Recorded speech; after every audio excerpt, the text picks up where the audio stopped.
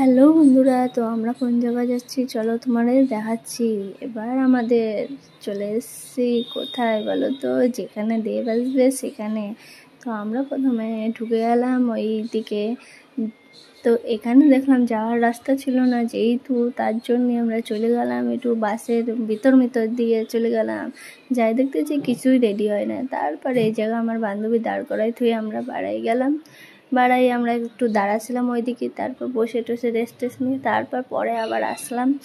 আসতে দেখতেছি তাও কিছু হয় না, যেহেতু লাইটিংয়ের ব্যবস্থা ছিল তো আমরা করছিলাম নিশ্চয়ই সন্ধ্যেবেলাই আসবি, 4টের সময় কয়েছে নিশ্চয়ই দেরি করবি। আর দেখো কতখানি ফাঁকা, পরে দেখ মানে কি জমের মতো ভিড়, বাবারে বাবা। তো এই জায়গা সব এখনও রেডিই চলতেছিল।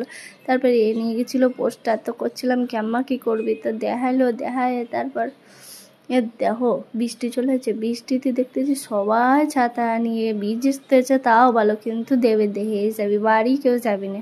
তো এই জায়গা খালি ছাতা, কেউ দেখতেছি কচুর পাতা, কেউ দেখতেছি তিলফল, মানে আর জমের মতো আর দেখো ফোন ভিজে যাচ্ছে, তাও বৃষ্টিতেই ভিডিও করেই ছাড়বি।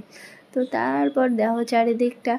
তো এই জায়গাটা আমরাও এইসব ভুংচাং কী যে করতেছিলাম তা ঠিক নাই, দাঁড়ায় অপেক্ষা শেষ নাই। তো ওই জায়গা কত ফাঁকা, আমার সামনে একদম পুরো ফাঁকা ছিল, পরে দেখবা না কী অবস্থা হয়।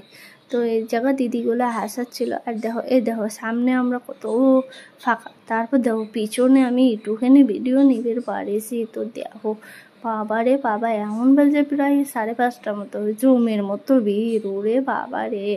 ওর মধ্যে যদি একটা মানুষ পড়িয়ে যায় চটকা হয়ে যাবেনি। আর এই ব্যারিকেড ভেঙে চুড়ে লাস্টে যে কী অবস্থা হয়েছিল ভগবানই জানে।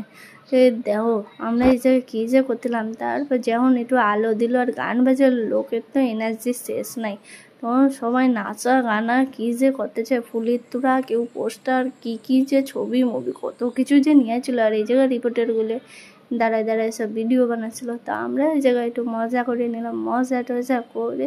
তো তোমরা ভাবতেছো নিশ্চয় কী করতে।